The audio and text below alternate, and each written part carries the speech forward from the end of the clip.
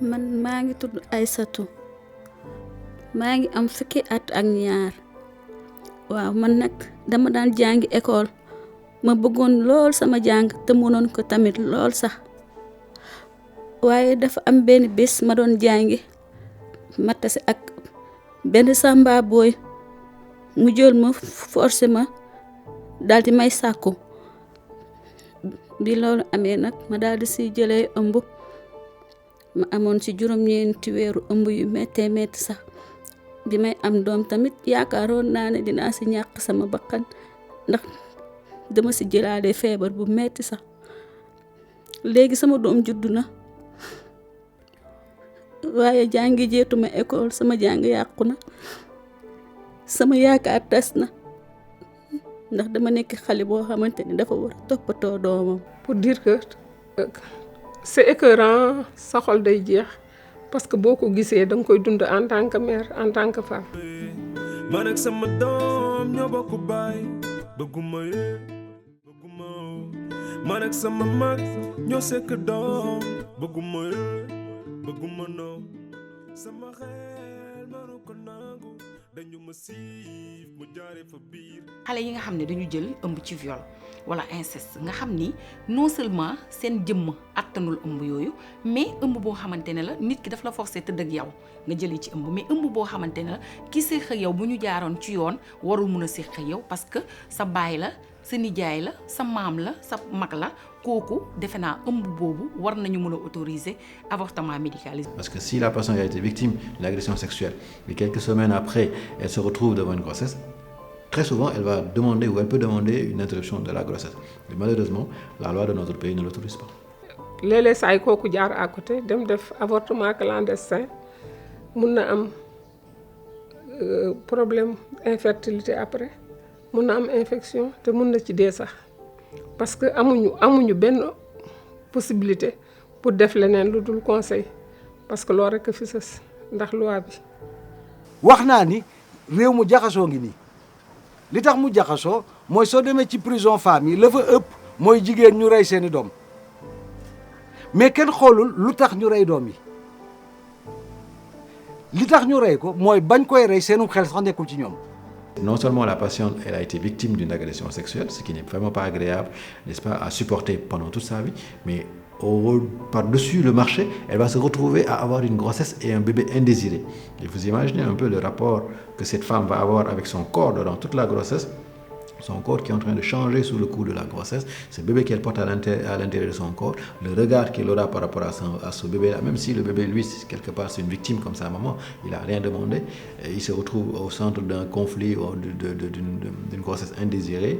et avec, à l'accouchement, si la patiente n'a pas pu recourir à un avortement, di jéem a fexe defaraat xelu xale bi ndax faj ko ci ay cëram loolu moo gën a yomb waaye faj xel mi kooku lu jafe la. Quand on parle d'avortement tout court, sans précision et sans une certaine canalisation du terme, l'islam est contre l'avortement. Mais si toutefois c'est un avortement encadré pour 3 cas de figure. Le premier cas de figure, c'est lorsque la vie de la mère est menacée, au cas où la grossesse connaîtrait un peu une certaine finalité. Si un médecin avéré affirme avec tout ce qu'il y a comme déontologie, que si cette grossesse continue son cours, la femme va y perdre la vie, l'avortement est imminent. Ce qui le prouve, c'est juste c'est-à-dire une sentence connue dans la Shariatul Islamiyya, notamment ad-darurat tubihul mahzurat, les extrêmes nécessités annulent les interdits. Tout le monde se réfère du verset 12 au verset 14 de la sourate Al-Mu'minun, qui nous relate les étapes évolutives de l'embryon dans le ventre d'une femme. Et ces versets-là nous démontrent qu'il y a 4 étapes où l'embryon est goutte de sperme, caillot de sang, morceau de chair, et chaque étape dure 40 jours. Et ils disent alors que c'est à partir de 120 jours que l'esprit, le souffle de vie est insufflé au fœtus. Et ils disent qu'avant les 120 jours de gestation, on ne peut pas encore parler de créature humaine. Et puisqu'il n'y a pas encore de souffle de vie et qu'il y a préjudice à la suite d'un viol ou d'un inceste, ou lorsque la femme confirme qu'elle ne peut pas supporter cette grossesse. Les conditions sont claires. Il faudra poser toutes ces conditions-là pour ne pas dire tout simplement l'islam est pour l'avortement tout court. Il faut dire que l'islam peut être pour l'avortement dans les conditions requises. Diide du ñu wax nouvelle loi xam nga ñun lu ñu bëgg mooy yàq ëmb ñu continuer di ko tere Sénégal ñun loolu la ñu bëgg que nekkul ku mu neex nga def lu la neex dem yàq sa ëmb ñëw bëgg protection te ñu ne na loi bi continuer di sanctionner yàq ëmb ñun ñëpp nañu jàpp ne on demande cette autorisation de l'avortement pour sauver la vie de ces filles, la vie de ces femmes victimes de viol, inceste et rien d'autre. ndax comme duñoo tere avortement médicalisé ci réew mi te ñoom kañ ñi ko tere ñu ci bari suñu amee problème duñu dem régler ko ndax problème mu xaalis la am na ñu koy tere ñu bokk ci ñi koy tere di voter ñoom suñu amee seen doom mu dal ko duñu dem léegi ci clinique bi fay seen xaalis dem fenn ñu fay xaalis ñu lijjantil leen seen problème xanaa kay baadoole yee ko mënul. Je pense que la loi sur l'avortement pourrait évoluer et pourrait évoluer dans le sens où, dans certaines situations, on pourrait permettre l'interruption de la grossesse. li ma yaakaar mooy ñu fexe ba ki xam bi moom duñ koo sàkku ñu fexe ba su ci ëmb amee ci ak semaine yu néew ñu mën a dindi ëmb ba def naa ni loolu moo gën sinon ñaari musiba ngay indi da nga indil musiba ak métit ki xam ni moo ëmb da nga ko indil xale bi xam ni moom laajul kenn ñëw ci àdduna moom da nga ko indil loo xam ni da koy topp ilaa yow mi diin. beneen bi loi boobu su amee dina tax bépp nit boo xamante ne surtout xale boo xam ne da nga nekk victime de viol wala inceste mën nañ la sauver nga bañ a dem ci infanticide mën nañ la sauver nga bañ a dem ci avortement clandestin parce que soo amee possibilité ëmb boobu nga xam ne daf lay lor ñu dindil la ko ci lu mucc ayib doo yegg foofu. Il faudrait que nos autorités réfléchissent ou ouvrent le débat, ce qui est déjà le cas d'ailleurs, sur justement la flexibilité d'une nouvelle loi peut-être sur les conditions pour accepter un avortement médicalisé. ñun ñëpp war nañoo góorgóorlu jàppale loi kii révision loi bi ba nga xam ne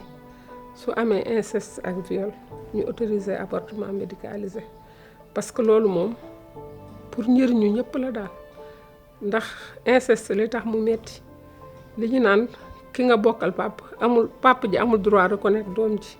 ce qui veut dire que doom boobu nan lay demee doom bi nga xamee ni ku ko gis yee moog yaayam par exemple ñoo bokk benn baay loolu problème la ba pare taar social la moo tax nag ba nga xam ne su fekkoon ni mun nañ autoriser avortement médicalisé ci cas yooyu inceste ak viol vraiment kon dina am lu bari lu mu sàmm ci dundu doomu aadama yi surtout jigéen ñi. Juste appeler à une meilleure compréhension des textes. Demander à ceux qui veulent faire bouger un peu les choses de s'adapter aux réalités socioculturelles et religieuses. Demander à nos amis religieux de ne pas être dans le côté du puritanisme et le côté de la critique, mais de voir les choses telles qu'elles sont, d'étudier à fond et de voir quels sont les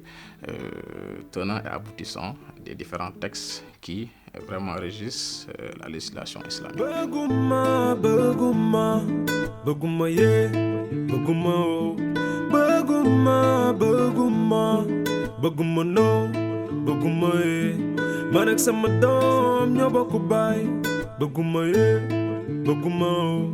Man ak sama mag ñoo sekk doom